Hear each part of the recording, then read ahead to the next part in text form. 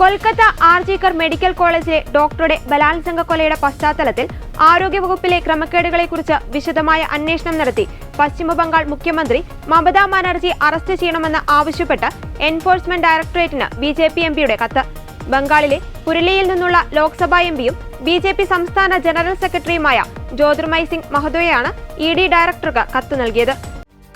പ്രിൻസിപ്പാലായിരിക്കെ സന്ദീപ് ഘോഷ് നടത്തിയ സാമ്പത്തിക ക്രമക്കേടുകളിൽ വിശദമായ അന്വേഷണം ആവശ്യമാണെന്ന് ജ്യോതിർമയ് സിംഗ് മഹത്തോ അഭിപ്രായപ്പെട്ടു. നിലവിൽ CBIയും EDയും അന്വേഷിച്ചു വരുന്ന കേസാണിത്. ബംഗാളിലെ ആരോഗ്യമേഖലയിൽ വ്യാപകമായ അഴിമതിയും അധികാര ദുർവിനിയോഗവും നടക്കുന്നതായി തെളിവുകൾ വ്യക്തമാക്കുന്നുവെന്ന് BJP MP ട്വീറ്റ് ചെയ്തു. ഡോക്ടറുടെ കൊലപാതകത്തിന് പിന്നാലെ സെമിനാർ ഹാളിൽ അറ്റകുറ്റപ്പണി നടത്താൻ ഉത്തരവിട്ടിരുന്നു. സന്ദീപ് ഘോഷ് ഒപ്പുവെച്ച ഉത്തരവ് തെളിവുകൾ ഇല്ലാതാക്കാനാണോ എന്ന സംശയം ഉയർത്തുന്നുണ്ട്. ആരോഗ്യവകുപ്പിലെ ഉന്നതരുടെ അറിവില്ലാതെ ഇത് നടക്കില്ലെന്ന് വിശ്വസിക്കാൻ ബുദ്ധിമുട്ടുണ്ടെന്നും മഹത്തോ കത്തിൽ പറയുന്നു.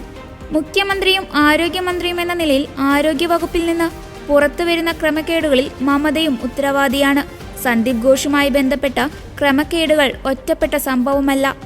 ആരോഗ്യമന്ത്രി എന്ന നിലയിൽ മമതയുടെ രാജി നിർണായകമാണ്. സന്ദീപ് ഘോഷ് ഉൾപ്പെടെയുള്ളവരെ സംരക്ഷിക്കുന്നതിൽ മമതയുടെ പങ്ക് നിഷേധിക്കാൻ കഴിയില്ല.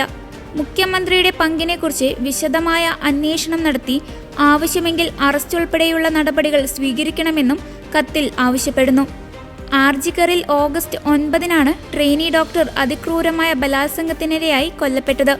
മൃതദേഹം പോസ്റ്റ്മോർട്ടത്തിന് അയച്ച ശേഷമായിരുന്നു കൊൽക്കത്ത പോലീസ് സംഭവത്തിൽ FIR രജിസ്റ്റർ ചെയ്യാൻ പോലും തയ്യാറായത്. ഡോക്ടറുടെ മാതാപിതാക്കളെ മൃതദേഹം കാണിക്കാൻ പോലും പോലീസ് തയ്യാറായില്ല. ഇതോടെ കേസ് അട്ടിമറിക്കാൻ പോലീസ് ഇടപെടൽ നടത്തിയെന്ന ആരോപണമുയർന്നു.